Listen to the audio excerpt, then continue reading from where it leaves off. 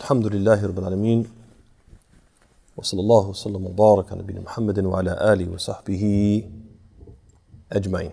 السلام عليكم ورحمة الله وبركاته. So, welcome to the last session in our series on fasting, the night prayer, and towards spiritual growth in Ramadan. And tonight we will focus our attention on Al-Qiyam, the night prayer, and specifically Al-Qiyam fi Ramadan, the night prayer in Ramadan. If we reflect upon the verses that Allah subhanahu wa ta'ala revealed related to fasting, He begins by saying, يَا أَيُّهَا الَّذِينَ آمَنُوا كُتِبَ عَلَيْكُمُ الصِّيَامُ كَمَا كُتِبَ عَلَى الَّذِينَ مِنْ قَبْلِكُمْ لَعَلَّكُمْ تَتَّقُونَ. O you who believe, fasting has been prescribed upon you as it was prescribed for those who came before you, so that you would achieve at-taqwa, which can be translated as God consciousness, piety, the fear of Allah, a higher standard of religious commitment, etc. So this piety, this taqwa, we achieve it not just by abstaining from food and drink and intimacy, but rather we attain it by following the regimen that is Ramadan. And a major part of that regimen is Qiyam al-Layl, is the night prayer. So what is intended by Qiyam al-Layl? Qiyam al-Layl is a voluntary prayer. In fact, it is the most virtuous voluntary prayer. And it can be offered anytime between Salat al-Isha and Salat al-Fajr. It is offered in sets of 2 raka'at, 2 units, plus an odd number of raka'at. Could be 1, could be 3, could be 5, could be 7, could be 9, which will make the entire prayer odd. So we do sets of 2, and then we add an odd prayer, or an odd numbered prayer, and that odd numbered prayer could be 1 rak'ah, could be 3, could be 5, could be 7, could be 9, and that will make the entire prayer odd. And we're going to see some of these details as we go along. The Prophet ﷺ, he said in the hadith collected by Bukhari and Muslim on the authority of Ibn Umar, he said, Salatul Layl مثنى مثنى فإذا خشي أحدكم الصبح فليصلي ركعة واحدة توتر له ما قد صلى. He said the night prayer is offered in sets of 2 units at a time. Should one of you fear that dawn is approaching, then let him offer 1 unit of prayer, which will then make what he has prayed an odd number of units. So basically the person is praying rak'ateen, 2. Then he says, oh, the dawn is approaching. At that point he should do what? Pray 1, and that will make the entirety of what he prayed odd in number. But Ahmed has collected on the authority of Amr ibn al-As radiyallahu an, who sermonized the people one day, and he said in the course of his sermon that Abu Basra narrated that the Prophet ﷺ had said, إن الله زادكم صلاة وهي الوتر فصلوها فيما بين صلاة العشاء إلى صلاة الفجر. He said, verily Allah has added a prayer for you, and it is witr.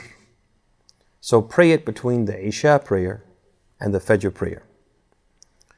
طيب, there's some fawaid, there's some lessons that we can learn from what we just shared. First of all, the night prayer should be offered in sets of 2, which is different from the prayer during the daytime, which can be offered in sets of 4. The time for the night prayer, it begins once the evening prayer has been offered and concludes once the dawn prayer has been offered. And so the time of Salat al-Layl or Qiyam al-Layl is connected with the offering of one of the two prayers and not the time of the prayer itself. So we don't have to wait for the time for Salat al-Isha to expire. We don't have to wait till midnight to pray Qiyam al-Layl. But once we have offered Salat al-Isha, the time for Salat al-Layl, Qiyam al-Layl, it begins. And it will continue until the time of Salat al-Fajr, until we offer Salat al-Fajr.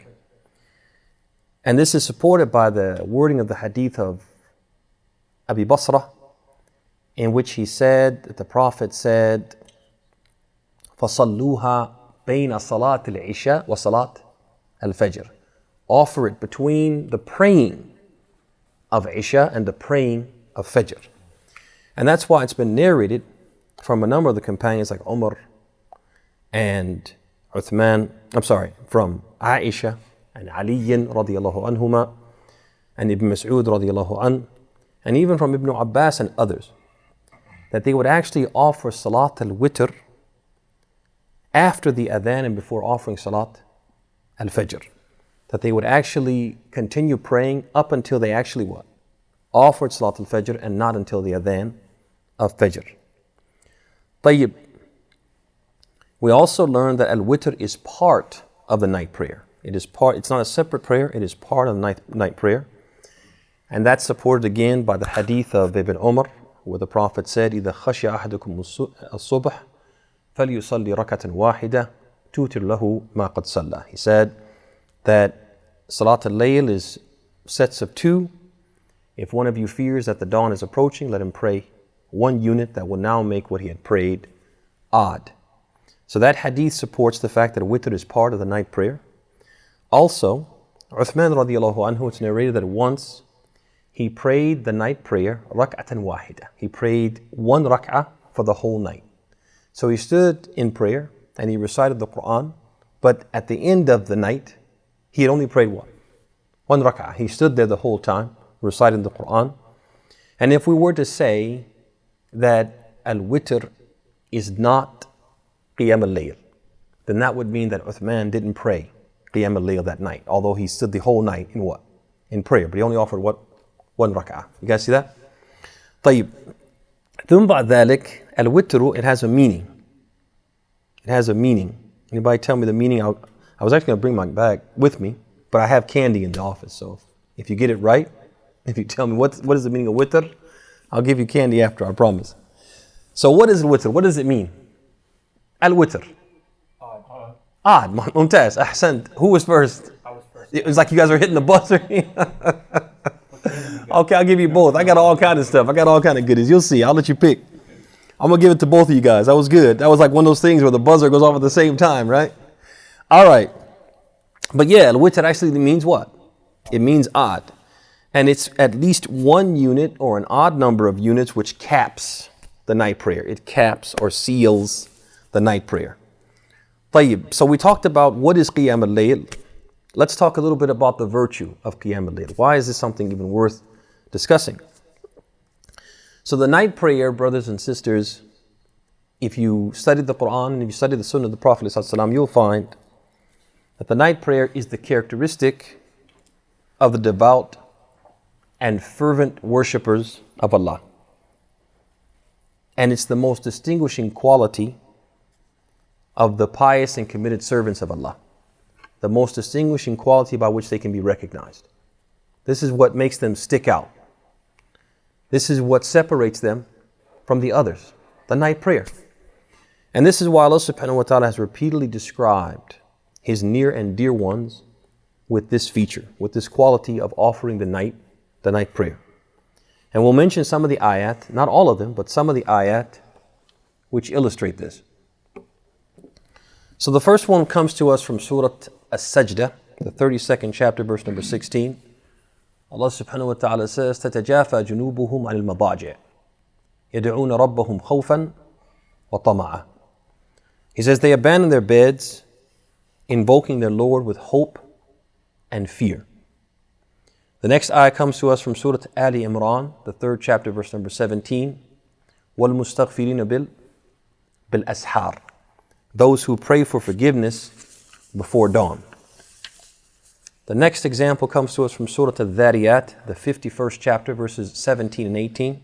كانوا قليلا من الليل ما يهجعون وبالأسحار هم يستغفرون. It says they used to sleep very little at night and pray for forgiveness before dawn.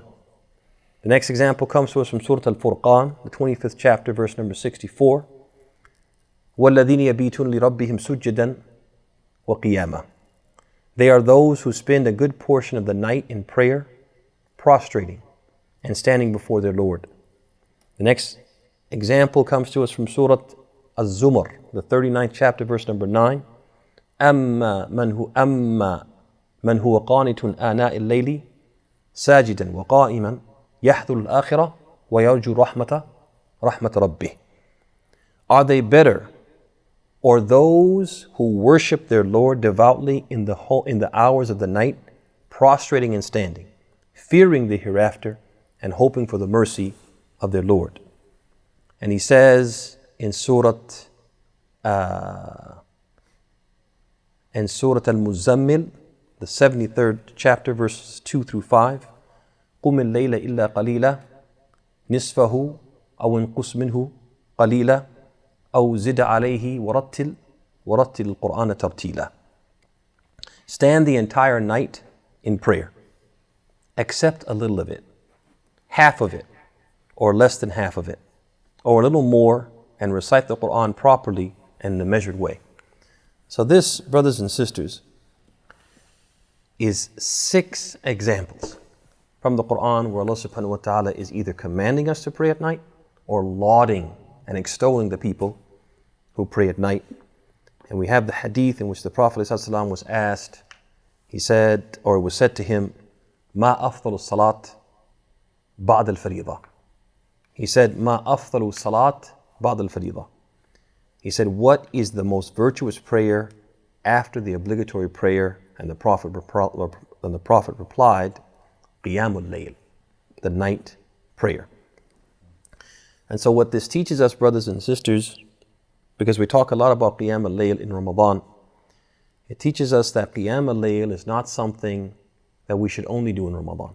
It's something that is virtuous, something that we should strive to do on a regular basis throughout the year. And what Ramadan does is it gives us an opportunity to what? To train ourselves and to get in the habit of offering Qiyam al-Layl. Because we're all haris, we're all keen to offer Qiyam al-Layl in Ramadan. It's like one of those special, it's almost like the Ramadan has a lot of things that are special about it, or things that, special treats, if you will, that go hand in hand with it. Treats that have to do with breaking fast, right? Things that we eat in Ramadan that we don't eat outside of Ramadan. Things that we drink in Ramadan. Things that we do in Ramadan. Like I know when I was in the kingdom, people would stay up all night and they would sleep all day. It's not necessarily the best thing to do, but you get the point. It has certain khasais, certain things that go hand in hand with it that distinguish it from other months and the way we operate and go about our business. And one of those things is the night prayer. That people are more keen, extremely keen, to pray the night prayer. But what we shouldn't do is make the night prayer like those other treats, like Vimtu, right? That Vimtu is something people only drink in Ramadan, and then outside of Ramadan, nobody wants to drink that stuff, right? We shouldn't make the night prayer like Vimtu. But we should make the night prayer something that we're taking from Ramadan with us. That I've seen, it's been proven to me. I can do this. I can do this. I did it for 30 days or 30 nights in Ramadan. I can do this. And now that I know I can do it, I'm going to continue to do it. Al-Bukhari and Muslim have cited a hadith from Abu Hurairah that underscores the virtue of this prayer in Ramadan. Although we said it's virtuous outside of Ramadan, Qiyam al-Layl is particularly virtuous in Ramadan. ويدل لذلك, this hadith from Abu Hurairah, this is evidenced by the hadith from Abu Hurairah, in which the Prophet said, من قام رمضان إيمانا واحتسابا غفر له ما تقدم من ذنبه. He said, whoever offers the night prayer throughout the month of Ramadan out of faith and seeking Allah's reward, his previous sins will be forgiven. Let's just pause. Let that sink in for a second. Allah is offering us a clean slate. Only asking in exchange for it that we pray at night every day in Ramadan. And you get a clean slate. Raise your hand if you'd like to get a clean slate. What is that? Huh? What is that? Clean slate means all your sins forgiven. All your mistakes forgiven. Yeah. We all want that. Huh? It's only the minor sins, yes. Alhamdulillah. So this is the reward the Prophet is telling us in this hadith. Telling us, one, this is the reward for the one who offers dhuhr, asr. No, it's the reward for the one who offers the night prayer, mumtaz. That's the first thing. Man qama Ramadan means what? Qama al-layl, right? He prayed at night. The second thing he said, qama Ramadan. It's like when he said, Man sama Ramadan, ثم أتبعه ستا من شوال. He said, whoever fasted the month of Ramadan. Means what? The whole month, not some days in the month. You guys see that? So when the Prophet says, Man qama Ramadan, he's saying this is the reward for the one who prayed the night prayer for the entirety of Ramadan. Not one night, or a few nights here and there, or some nights. No, we have to do it what? Every night. We have to make it a point to pray every night in Ramadan. The only person who have an excuse are those people who can't pray. Right? Those are the people who would be pardoned, and it would be enough for them to pray the nights that they were able to pray. Nasr, go ahead, you want to say something? That's a good question. What do you guys think? Based upon what we said so far, does Salat al-Tarawih count as Qiyam? Yes. What is Qiyam al-Layl? It's every prayer you offer between Salat al-Isha and Salat al-Fajr. Anything. So when you finish Salat al-Isha, and you do the two sunnah ratiba.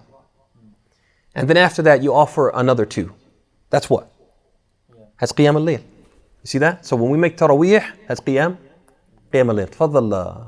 When it says your sins will be forgiven, do you also get forgiven for sins like backbiting and stuff?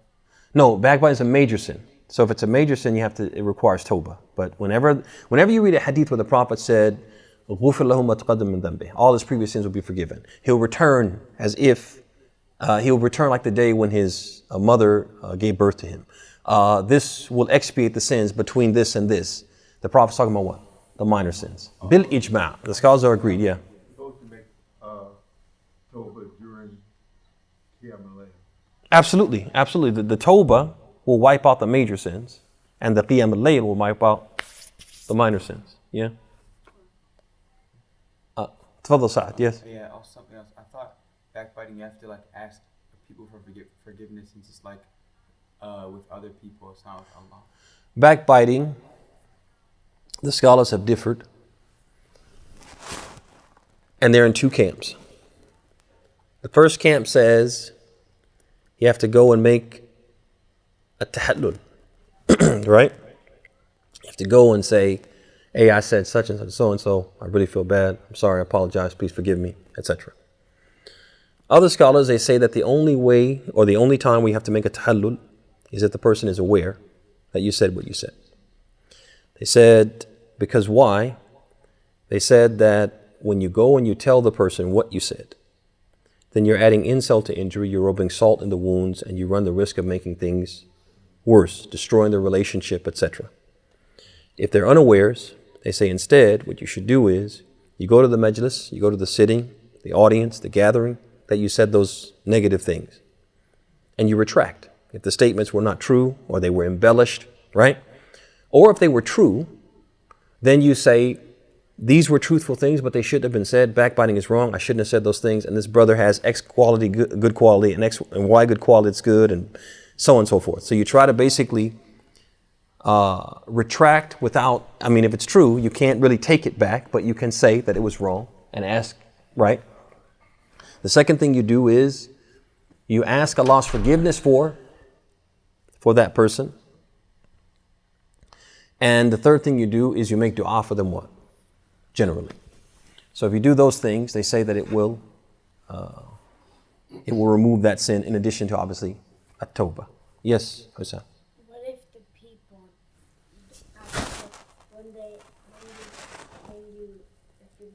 twice a month.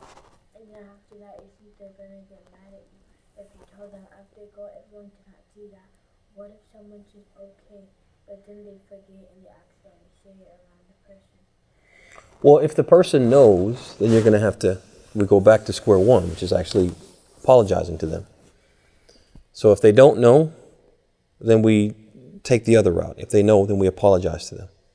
So if you did the things that we said and then somehow, some way they came to know, then yeah, you should apologize to them. Alhamdulillah. طيب. All right, so he said, من قام Ramadan, night prayer, entirety of Ramadan. And they have to do it sincerely, seeking Allah's reward and not out of habit or custom. You can't do it out of habit or custom. This is just what we do. No, you're doing it because you actively want to seek Allah's reward and you're doing it sincerely for His sake. This is the reward for Qiyam al-Layl, and it's a reward that every Muslim should actively seek. A person should eagerly await Ramadan for a lot of reasons, but for one reason is this reason itself. That if I can just pray at night, every night in Ramadan, my sins will be forgiven. It is an opportunity. It is a prized gift from Allah subhanahu wa ta'ala that many Muslims don't take advantage of. And we see people who Taraweeh is going on and they're outside chatting. They're drinking tea. They're laughing and joking. People who will come and offer Salat al-Isha in the masjid and will just get up and go right outside. They don't go home. This great act of worship, which has linked to it Allah's forgiveness of all of our previous sins, and people don't seize it. They don't take the opportunity. It just shows that we're just very different from the early Muslims. When they get home. Huh? What they offer when they get home. They may offer it when they get home. Because some people don't believe Mm-hmm. that Taraweeh, okay, because of the hadith of Kitab, Hey, right? which They did one? it, when he made it okay for Hey. the, Jamia, Jama'atan. right, for Taraweeh after Hey. the Prophet sallallahu alaihi wasallam said that he didn't want to come back out because people have that understanding. Okay, let's talk about that. I think we're going to touch on it a little bit, but we can I guess segue to that right now. So the Prophet ﷺ, it was his habit, his regular custom, and we're going to talk about that shortly. So we'll just come to it because I got a couple things we're going to talk about that. We'll come to it. Yeah, fair enough. But it's a good point that people may be outside and they're going to offer it when they get home. So that's a good point. It's possible. I don't know if that's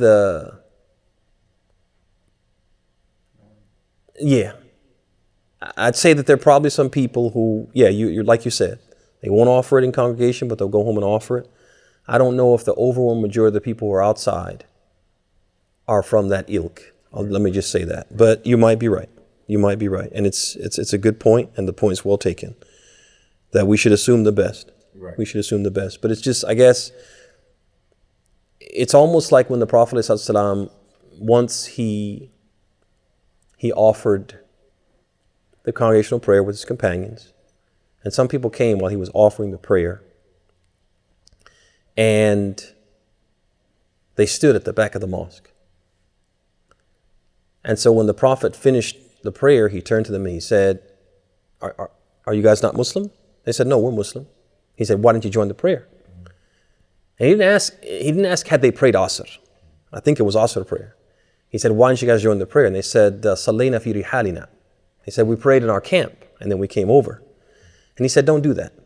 He said, don't do that, meaning don't come and see the Muslims praying and not join them in prayer. And I think the reason why he said that, notice, he didn't disapprove of them praying fi rihalihim. He didn't disapprove of them praying in their encampment, praying in their homes. But he disapproved of the image of Muslims praying and other Muslims not joining them in prayer. You follow what I'm trying to say? So it's like it sends a message, and it may make people have a negative opinion about you. And we don't want to do that. We don't want to give reason for people to think negatively. So it's something to think about from that angle as well. That when people are outside and they don't all come and offer the prayer, it will give people pause to say, why are they not praying? And it will make them have these doubtful thoughts, like kind of what we alluded to earlier. So it's something to think about from that angle. But the point you made is also it's also well taken. That the one side, their actions may give us reason to have su'adhan, negative opinions about them. But it's our job to always try to have the best opinions and put the best spin on things. Jazakallah khair. طيب. All right. Wa alaikum salam. How are you, Sheikh Abdullah? I'm good. How about yourself? Alhamdulillah. I have two questions. I don't know when to interject because I know that you're speaking to two audiences at the same time. Can I ask them now or should I wait and hold until after? Okay, I tell you what. Ask them, and if they're appropriate for this point, we'll answer. If there's something we're going to cover shortly, then we'll hold off on answering. Go ahead, ask. So the first question I have, there's technically three because the last statement you made me ask. So sometimes as I go to the masjid, I might have prayed in advance and I'll go to the masjid and I meet them and they're praying like maybe Isha or something like that. Does it even then an encouragement just to pray even if you've already prayed? Like, is it permissible to pray Isha twice like that if you've already prayed and you just met the jama'ah praying, so you pray? Question one as a result of this. Question two is the one about the element of like the reward of praying tarawih, right? I have two questions on tarawih. One of them is for a woman who goes through the process and you make the intention, you said it's not habitual and you're doing it with the intention of seeking the reward. Do you get the reward if we don't do the entirety of Ramadan because Hayd comes, essentially, right? Yeah, what we said was the only people who would have an excuse are the people who they can't pray. Do you get the reward though? Like, does the interruption of a cycle in Ramadan still permit you to get the entirety of the reward? I would think so, because Allah subhanahu wa ta'ala la yukallifu Allahu nafsan illa wus'aha. Allah does not place a burden on a soul greater than what it can bear.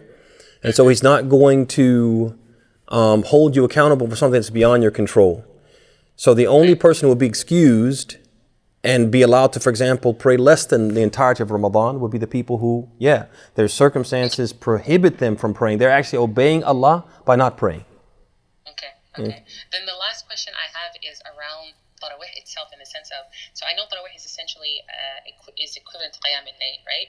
When you're done with tarawih, so one of the things I remember is that if you pray behind the imam from the beginning until the end, is if you spend the entire night in prayer for tarawih, essentially. When you're done with that, how many more can you pray at home without kind of like, I don't want to say nullifying that you prayed tarawih, but I don't know, you're not allowed, are you allowed to get done with tarawih in jama'ah, then go home and say sleep, and then get up, and then pray again a number that are odd? The answer to that question, we're going to actually cover it in detail, but I'll give you the short answer. Yes, you can. And there's no cap on the number? No, and we're going to see that. Does it just have to be even? No, it won't be even. It should be. It should be preferably should be odd, and we're going to talk about how you do that. How do you achieve that? Okay. Thank you very much. And then your first question, could you just repeat it real quick, because it had to do with. The first question was with regards to if, like, say, as a woman, you. Could you pray two Salat al-Isha twice? Yeah. So if you came to the masjid and they were offering Salat al-Isha and you'd already offered it home, then join them, but join them with the niyyah of nafila, with the niyyah of a voluntary prayer. Okay. Pray with them and get the reward for a voluntary prayer. Barakallahu feeki. Tayyib. All right. So the next section is that there are certain distinctive features of the night prayer of Ramadan. So when we talk about Qiyam al-Layl, that encompasses what? It's a broad term that encompasses Tarawih, which is Qiyam al-Layl in Ramadan. But Qiyam al-Layl in Ramadan has some specific distinctive features that distinguish it from Qiyam al-Layl throughout the rest of the year. So one is that Qiyam al-Layl in Ramadan is offered jama'atan. It's offered in congregation. Whereas Salat al-Layl or Qiyam al-Layl outside of Ramadan is supposed to be offered what? Individually. Right? Generally. If it's offered more than individually, meaning congregationally, it's something that should happen unintentionally. It's not something that we plan. Like, hey, come to my house at 2 a.m. and we're all going to pray together. No. But it could be that we're traveling and we are like in an Airbnb or something. And then we all get up at the same time and we end up what? Just praying together. If it happens like that, that's fine. But it's not something that we do intently. Number 2, Qiyam al-Layl in Ramadan is offered in the masjid. Whereas generally it's not offered in the masjid, it's offered at home. And last but not least, it has a special name in Ramadan that we don't use for Qiyam al-Layl outside of Ramadan. Somebody tell me that name other than Nasr and Muhammad, and we'll give reward for that as well. Huh? Special name for, tafadali. Taraweeh. Mumtaz. All right. I'll remember you. All right. Wa alaikum salam wa rahmatullahi wa barakatuh. Tayyib. All right. Couple notes about that last point. And that is something related to what you had said. And that is, although we are permitted, we could even argue and say encouraged to pray Salat al-Taraweeh or Qiyam al-Layl jama'atan, congregationally, in the masjid, praying individually in one's home, lengthening the prayer, praying more units of prayer, praying for a longer period of time, and reading a larger portion of the Quran is better than praying with others in the masjid. Why do we say that? One is because it ensures sincerity. You're more likely to be sincere if you pray what? Alone, not in front of others. And the Prophet ﷺ, he used to tell the believers, he used to say that pray in your houses except what? Al-Faridah. Pray in your homes except what? The obligatory prayer, right? He used to encourage us to pray in our homes. Why? Didn't want us to make our homes like a graveyard. And also because of what? Sincerity. When you pray at home, there's nobody to show off for. You have to be doing it for who?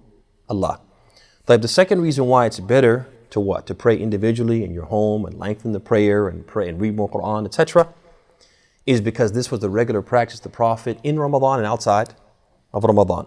And this goes to your point, is that the Prophet ﷺ, did he ever pray Qiyam in Ramadan in the masjid congregationally? Did he do that? In the beginning. He did. Not in the beginning. Actually, what happened was the Prophet's regular practice, when he would make Qiyam al-Layl, he would make it in his home. That was his regular practice. Going into the masjid and praying it together with the Muslims was unheard of. Then one night in Ramadan, he came out of his home and began to pray in the masjid. A small group of people who were in the masjid stood up and prayed with him. Small group. And they had the most awesome spiritual experience. So the next morning, they told people, oh, you should have been there. Right? So when they told people and the word got out, those people made it a point to come the next night and stay in the masjid. And the Prophet came out, how many times is this now? Twice. 2 times now. He came out and they offered prayer with him. Again, the most awesome spiritual experience. So now, you know how it works, right? You share with a friend and then they share with a friend. So now, an even larger group comes on what night? Night number 3. And the Prophet didn't come out.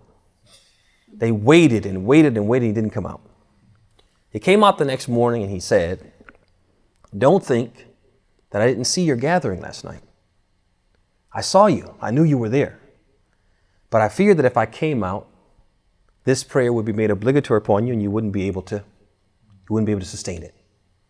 So he didn't come out khashyata and yufrad alayhim. He didn't come out fearing that it would become obligatory. When the Prophet passed away, sallallahu alaihi wasallam, was there any reason to fear that it would become obligatory? No. Was it a sunnah?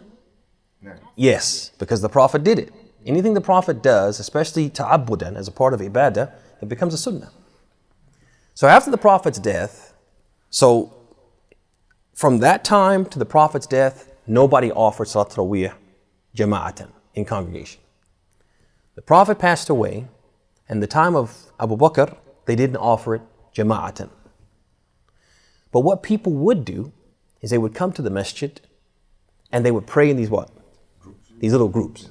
One person leading 2 or 3, this person leading 5, whatever. And they would be in different parts of the masjid.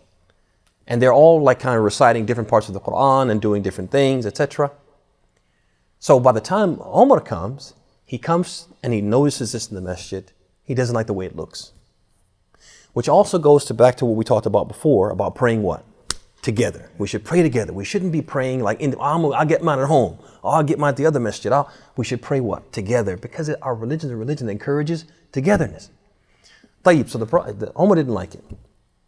So he selected one of the companions and made him the what? The imam. Anybody praying in the masjid is going to pray what? Behind this imam. You don't want to pray in the masjid? Go home. This is Umar now, right? So people prayed what? They prayed jama'atan. So he came back and he saw this and he said, Ni'mat bid'atu hadihi. He said, what a great bid'ah this is. Bid'ah bima'na, because bid'ah could mean you invent something that never existed before, and bid'ah could also mean what? You bring back something that was what? It was neglected. So I say all that to say that you have 2 things here. One, it's the sunnah of the Prophet ﷺ. He did it. The second thing is you have a Khalifa Rashid. You have one of the rightly guided caliphs re-establishing this as what? As the sunnah. Then after that you have the Muslims throughout history offering Salat Taraweeh in this way. So we know it's what? It's acceptable. It's acceptable. Even if people are reticent, we say what? All the evidence is in favor of what? Of this sunnah, and your reticence shouldn't supersede something which is supported by all of these pieces of evidence. Yes? Is this a strong, like, do all of the ulama agree upon this? About Taraweeh? I don't think there's any difference of opinion about Salat al-Taraweeh being a sunnah. Salat al-Taraweeh, jama'atan, fil masajid, congregationally, in the mosque, being a sunnah. There's no disagreement. Nobody calls it bid'ah. But what some people will do is they'll say that it's not what? It's not preferred. And I even think that the people who might go, like if we have any people who would say it's bid'ah, they would be contemporaries and they would be repudiated by the predecessors. Yeah. And what if it was a difference of opinion? I just wanted to know. Okay. Yeah, because... Yeah. All right, so again, like I said, some people might be reticent, but we say what? The evidence is in favor and it doesn't support your reticence. But the last thing I will say on this point is that we talked about it being better to pray alone in your house. You'll be more sincere, you'll be more in keeping with the regular practice of the Prophet ﷺ. Although at-Taraweeh is a sunnah of his. His regular practice, his more predominant practice, was offering it alone in his home. We say that that's what you should do, provided that doing so will not make you lazy, will not make you pray less, or even do what? You know what, I'm going to mail in tonight. I'm not going to pray, right? Which is what some people do. Because when you're alone, who's there with you? The shaitan. You know, the shaitan, and we're stronger together. And so if a person knows, I'm not going to pray at home by myself.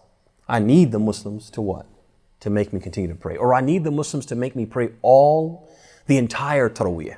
Because if I go home, I'll pray, but I won't pray 11 rak'ah. I won't pray 11 units and witr with the imam, or I won't do those things. I'll pray significantly less if I pray at home alone. I'm going to pray with the Muslims in the masjid, because being with the Muslims and seeing everybody else continue to stand up makes me what? Continue to stand up and push through. Tayyib, the next thing we'll mention is best practices and points worthy of mention. And we'll try to speed up because I think the adhan is what, 7:40-ish? Yeah. Okay, all right. Tayyib. So number 1 is the best time to offer the night prayer is the middle of the night. Doesn't mean you can only offer the middle of the night. Because some people, they know that if they go to sleep, they're not going to get up until Fajr. So for a person like that, it's better for them to pray before they go to sleep, meaning after Salat al-Isha, they go ahead and get it in. And some people say, no, I need to go sleep right after the Isha. I need to get a good solid sleep of, 5 hours or 6 hours straight, and then wake up early and pray my qiyam just before Fajr. Some people know they're like that. If I interrupt my sleep, I won't be able to go back to sleep. I'll be a mess the next day. So that person should what? Go to sleep immediately after Salat al-Isha, because at least they're getting up. It's better to get up and pray than to pray before sleeping. So that person goes to sleep and then gets up and prays before Salat al-Fajr. But the best way to do it, if you can do this, is to pray in the middle. Meaning you sleep, you wake up, and then you rest again. As the Prophet said in the hadith, he was asked, what is the best way to offer the night prayer or the best night prayer? He said, fi jawf al-layl. He said the middle of the night. The next point is that lengthening the standing, particularly, and each unit generally, is better than offering a greater number of units. So what do I mean by that? You have some people, for example, they'll pray short surah, for example, relatively short chapters of the Quran, and they'll pray a number of what? Raka'at. What's better than that is to lengthen the standing. Pray longer chapters of the Quran or longer passages of the Quran and do fewer what? Fewer units. Okay? And this is supported by the hadith collected by Muslim on authority of Jabir, in which the Prophet was asked, Ayyu salati afdal? What prayer is best? And this is just general, whether it's at night or during the daytime. The Prophet said, Tul qunut. He said the one with prolonged standing. The longer the standing, the better the prayer. And he even used to say, he said, I stand up to lead you in prayer, intending to what? To prolong it. Yeah, exactly. Okay, that's another way to put it, to prolong it. And then I hear the sound of a baby crying. And I know what this must be doing to their mother, so I shorten my prayer. So the Prophet is teaching us by his own example and by his statement that the longer the standing, the better the prayer. The next thing, Hussam, can we save to the end unless it's really, really pressing, because I want to make sure we cover everything before we take any more questions. Just bear with me. I'm going to get through this and then I'll take whatever you have. All right, Tayyib. So now when we lengthen the standing, we should also lengthen the bowing and the prostrations. They might not be as long, but they should be proportionally long.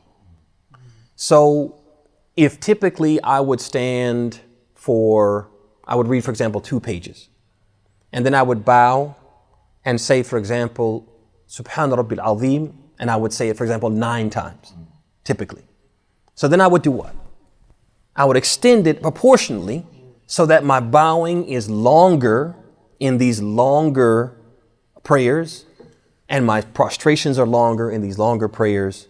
So they won't be as long, but they'll be longer proportionally in the longer prayers or when I do the night prayer. But here's another point that you made, or that the sister actually asked this. And that is, does the night prayer have a set length, number, or limit? And this is a question that is highly debated, especially in our time. And sometimes maybe it's over debated. So let's talk about that. The night prayer, it does not have a set length, limit, or number that cannot be exceeded. And what we mean by this is that if a person prayed more than it, he would be blameworthy, he would be criticized, he would be deemed in error. This is not the case. And why do we say this? One reason we say this is because of the ijma', the unanimous agreement of the scholars, which was transmitted to us by Ibn Abdul Barr in his book Al-Istidhkar. That the scholars of Islam throughout history have not considered that there's a number that if you exceed it, you're what? You're mukhti', you're in error, you're blameworthy, you should be criticized, you're a mubtadi', and so on and so forth. The second reason why we say this is because we have a number of confirmed reports from the early Muslims, the pious predecessors, the people who are the gold standard of Islamic practice. We have a number of reports from them that they prayed more than 11, which is typically what we talk about, 11 or maximum 13, etc. They prayed more than that. So for example, we have Ibn Abi Shaybah has authentically reported from Ibn Malayka that he offered 20 units of Qiyam al-Layl. And Ibn Abi Shaybah has also reported authentically from Dawood bin Hind that he offered 36 units of Qiyam al-Layl, adding to it 3 units of witr. Now it's important for us, we call ourselves, many of us call ourselves, and even if we don't call ourselves, we look at ourselves as people who follow, we say we're Salafis or we follow the Salaf. We believe that those first 3 generations the Prophet praised, they are the gold standard, and we should follow their example. And they're the best people in terms of practicing Islam and understanding it and interpreting it. So when we have a number of reports from these great pious predecessors that they did something that we consider on the surface of it contradicting what the Prophet did, whose understanding of the Prophet's Sunnah should we give precedence to? Our own or theirs? If we say that we follow the Salaf, that's the first thing. The second thing I want to say is that we have to be very careful when we say something and our practice is out of phase with what we say. We follow the Salaf, we're Salafis, we follow the Salaf. And then we would make someone or declare someone a mubtadi' who does something that the Salaf actually do. We have to be very careful about that. And we do this a lot, unfortunately. We do it out of ignorance, we do it out of being overzealous. I remember coming up, trying to learn Islam, and one of the things that we learned was that you pray 11 and that's it. You can't pray more than that. Praying more than that is a bid'ah. We learned this. Where do we learn this from? Maybe the people who we were thinking we were learning from, we were taking their statements out of context. I don't know if they actually said it was a bid'ah. I don't think they said that. I think they had more knowledge than to say that. But it would be so bad that we would go to these masajid where they pray 20, for example. And we would get to 8 and get up and leave. And we would leave in a way which was disruptive. We would intentionally be disruptive to show we're leaving in protest. You shouldn't behave. We shouldn't behave like this, especially considering that you have Ibn Malayka, Dawood bin Hind, and others. There's books have been written that bring the athar and show you all these people who prayed what? These, much more than 11. But that leads to a question. How do we reconcile between this and what was narrated in Al-Bukhari and Muslim on the authority of Aisha, in which she said, "Ma kana Rasulullah sallallahu alaihi wasallam yazidu fi Ramadan wala fi ghayrihi ala 11 rak'ah." Allah's Messenger did not offer more than 11 voluntary rak'at during Ramadan, nor during other than Ramadan. The Prophet never went beyond 11. So how do we reconcile between that and the fact that we say there's no had, there's no limit, there's no maximum amount? So what the scholars have said is that what the Prophet is doing is he's setting the what? Not just the standard, but saying basically this is what? This is the best. This is the best method of performing qiyam. Is that you do what? You suffice yourself with 11 raka'at. This is the best. But what if a person is forced to choose between the number of units and the length of time? Because remember we said praying longer is what? Is better. He said tul qunut. The best way you can pray is to what? To lengthen. Now some people will say, you know what? I can pray for 3 hours at night. I can do it. I'm up for that. But I can't do it in 11 rak'at.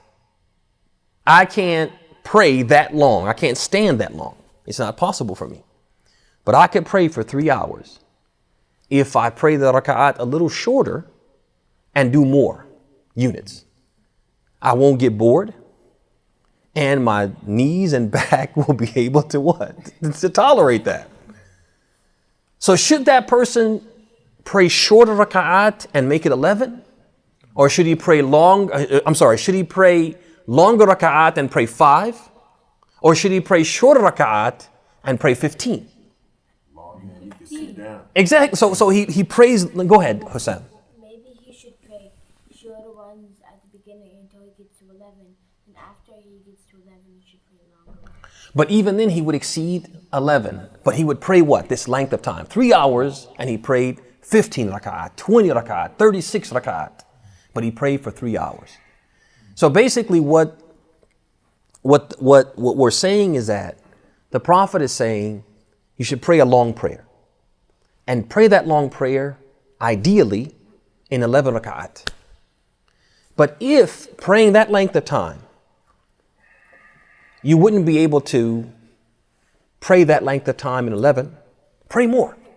It's fine. It's fine to pray more. And this is how the early Muslims understood it, and they are the standard, the gold standard.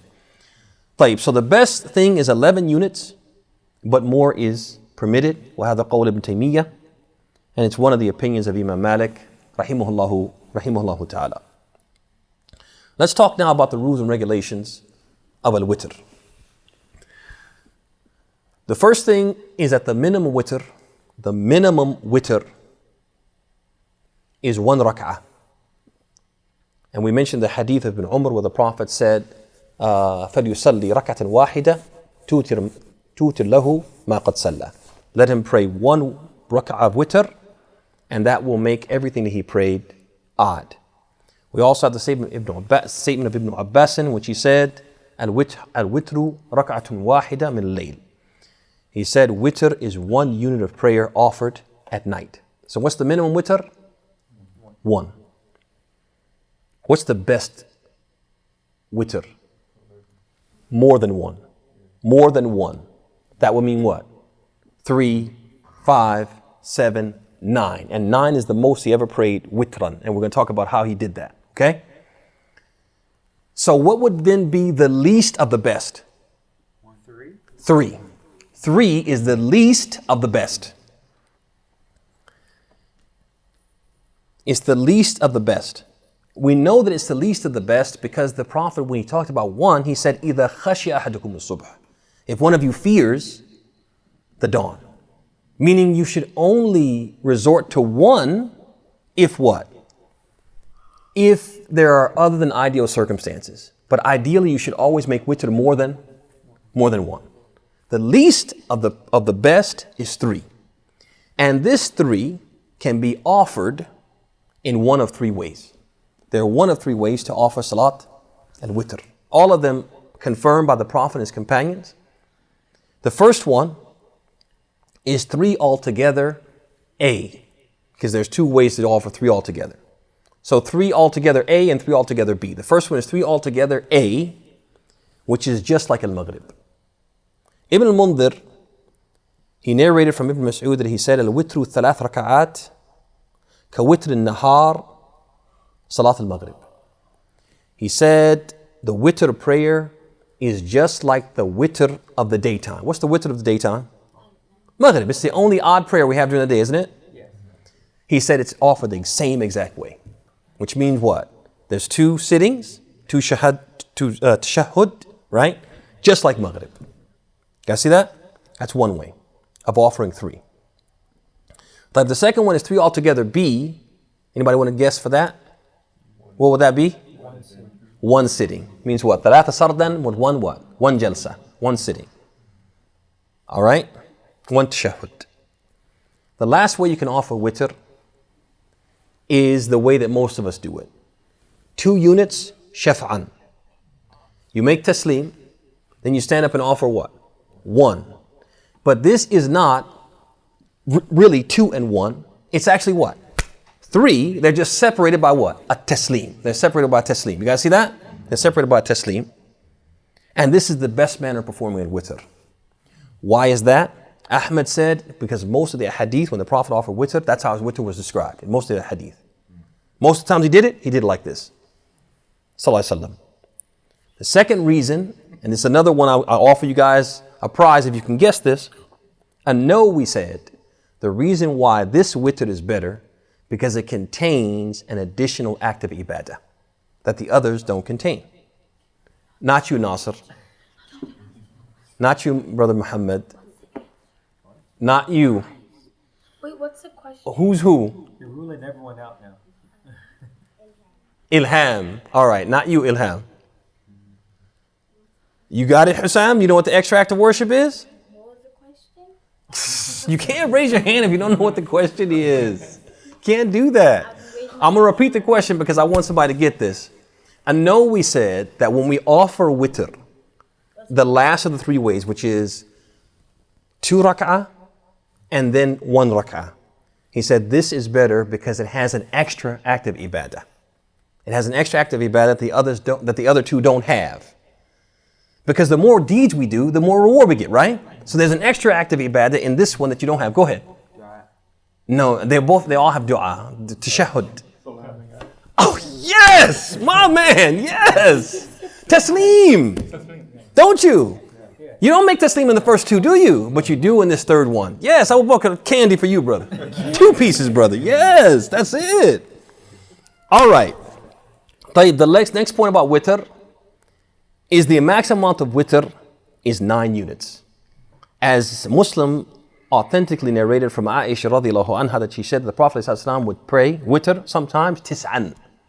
How? He would pray 1, 2, 3, 4, 5, 6, 7, 8 with 1 jalsa. 1 jalsa. He would make taslim. Then he would stand up and make what? Rak'atan wahida. You guys see that? So there would be only 1 sitting in 8 rak'at. And then he would pray what? 1 rak'ah to make it 9. You guys see that? That's the most you can make. So you can't make witr from 11 rak'at or 13 or 15, right? But you can make it to what? 9. How do you make it? 8 straight with 1 jalsa and then rak'atan wahida.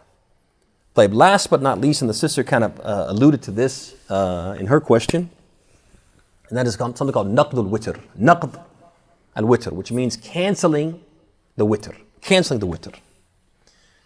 We have the hadith collected by Bukhari from Ibn Umar, in which the Prophet said, "Ij'alu akhir salatikum bil-layl witran." He said, make the concluding units of your night prayer odd in number. The last prayer you pray at night should be witr. Now in Ramadan, many of us, we come to the masjid and we want to make witr with the imam. Why? Because there's a hadith where the Prophet said that if you continue praying with the imam until he yansarif, until he what? Till he leaves, which is another proof that praying Salat al-Tarawiyah, jama'atan, in congregation, in the masjid, is something what? It's a sunnah. Because the Prophet, even though he didn't regularly practice it, he mentioned this hadith, the reward for the one who prayed Salat al-Tarawiyah, jama'atan, in Ramadan, behind the imam until he finished, right? He said that if he does that, it will be as if he prayed the entire what? The entire night. So people want to get credit for what they didn't do, right? All of us want to get credit for what we didn't do, right? So we're going to pray with the imam until he makes al-witr and he makes the salam wa yansarif and he leaves. So now we go home, when we feel what? Energetic. Maybe we take a little nap and we get up and I can pray more. But I don't want to violate what the Prophet said when he said, make the last prayer of the night witr. And I've already prayed witr with the imam. So what do you do in that case? Ibn al-Mundhir, pray what again? Keep praying. Kinda. You're very close. Like as if you if Maghrib didn't come in and No, don't talk too much. Because you messing it up now. You were doing good. Just say what you said and let me figure out what you meant by that. Because when you talk too much, then you make it clear that that's not what you intended. And I can't give you anything for that. So just say what you said and you're like, did you mean this? Yeah, that's what I meant. That's how you play that. Just giving you some advice. So Ibn al-Mundhir, he narrates from Ali that Ali, he said, huwa mukhayyar. He has the option.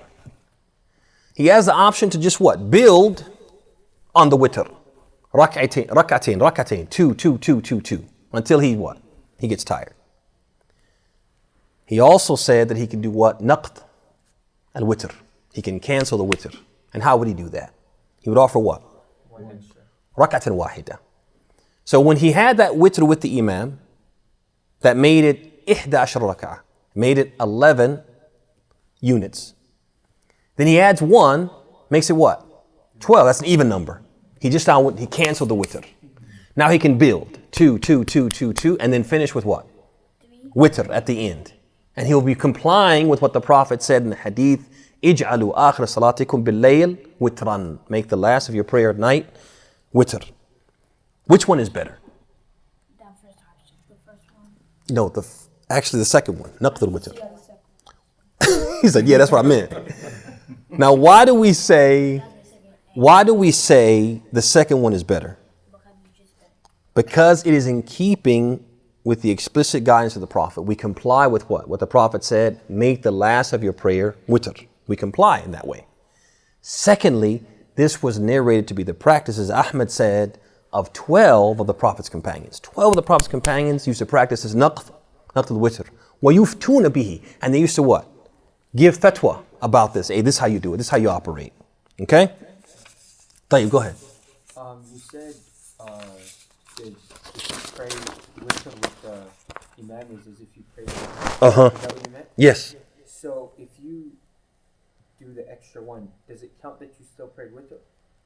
What do you mean? You pray with the imam, and you can. That reward is sealed now. You got that. But now what you want to do is what? The one who actually does the act is not like the one who got rewarded as if he did it. So you want to get the reward as if you did it, and then get the reward for actually doing it. It's just like when the Prophet said, alayhi salam, he said that the one who reads Qul huwallahu ahad 3 times as if he read the whole Quran. So you get a reward for as if you did something. But that's not the same as if you actually did it. You see what I'm saying? So you get more reward. You're just increasing the reward. Okay?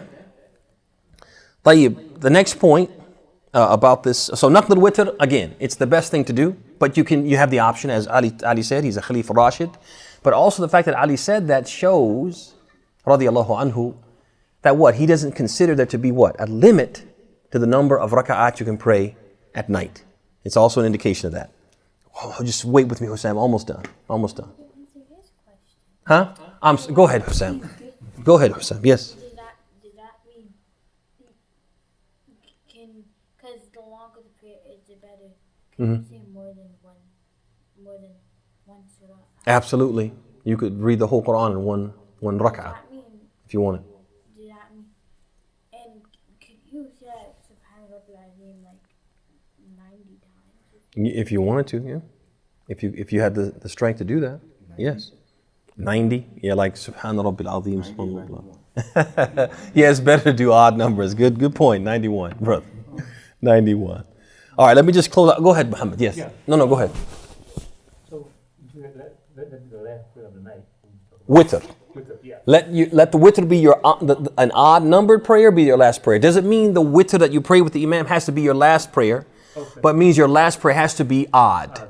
So if you wanted to add, you could. You just what? You cancel out the witr you made with the imam, and then make another witr at the end. Uh-huh. These are all names for the same thing. Qiyam al-layl, tahajjud, tarawih. They're all names for the same thing. Yeah, for the same prayer. Absolutely. All right, let's close out with a few points real quickly. The one who offers witr as 3 units. We talked about 1, 3, 5, etc. If you offer 3, there are certain surah that you're more recommended to recite. Or it's more recommended you recite those than others. And the first rak'ah you should recite Surah Al-A'la. The second one, Surah Al-Kafirun. The third one, Surah Al-Ikhlas.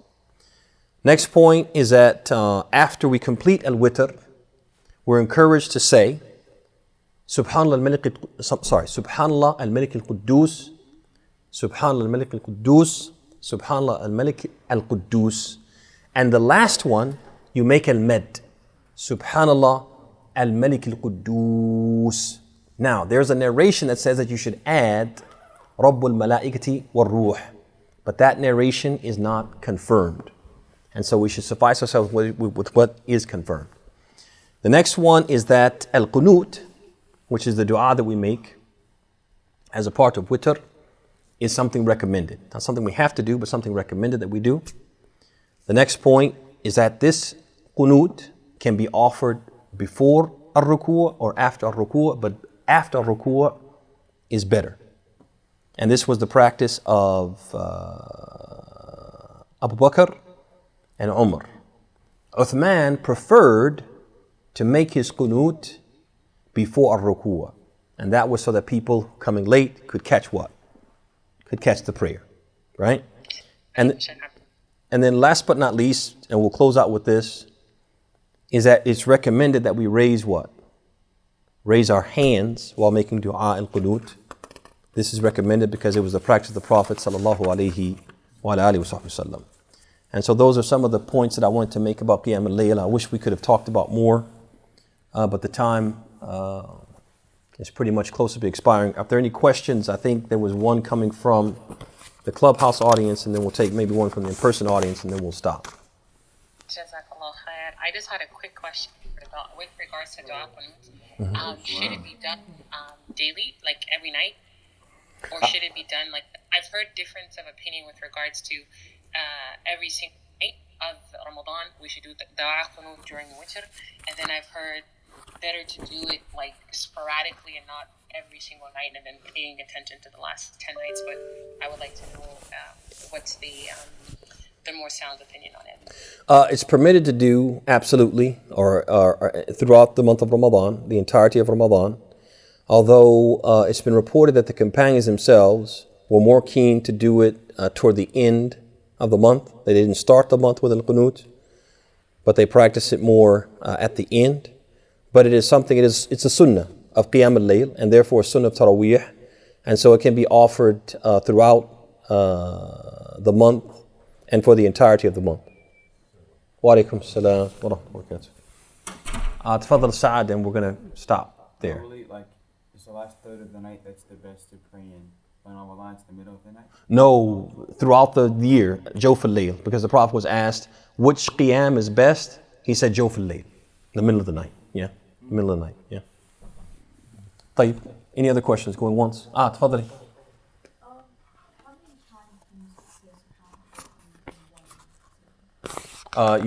You saying in the prayer?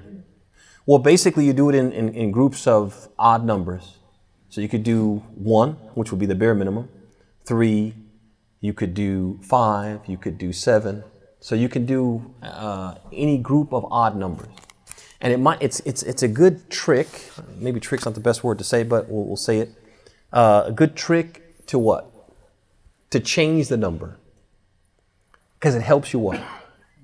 Remember where you are in prayer in terms of what rak'ah you're reciting. If you always do what? Something a little bit different each rak'ah, it helps you remember where you are. And also, it makes you actively praying as opposed to what? Going through a routine, right? Going through a routine. So it's best if we what? If we change the number, but we should do it in groups of what? Of odd numbers. Go ahead, Hussam, really quickly. You know how you said like that prayer should be the last one we do of the day? And like we can't, if Fajr is in, we can't like keep doing it? Yeah, once Fajr comes in, you're supposed to wrap up, as the Prophet said, yeah. But what if you're at 14 rak'ahs and Fajr came in? Yeah, so what the Prophet said, he said, إِذَا خَشْيَ أَحَدُكُمُ الصُّبْحِ, if you fear that the dawn has come, then finish with 1, and that will make everything witr. هذا وصلى الله وسلم وبارك محمد وعلى آله وصحبه أجمعين. السلام عليكم ورحمة الله وبركاته.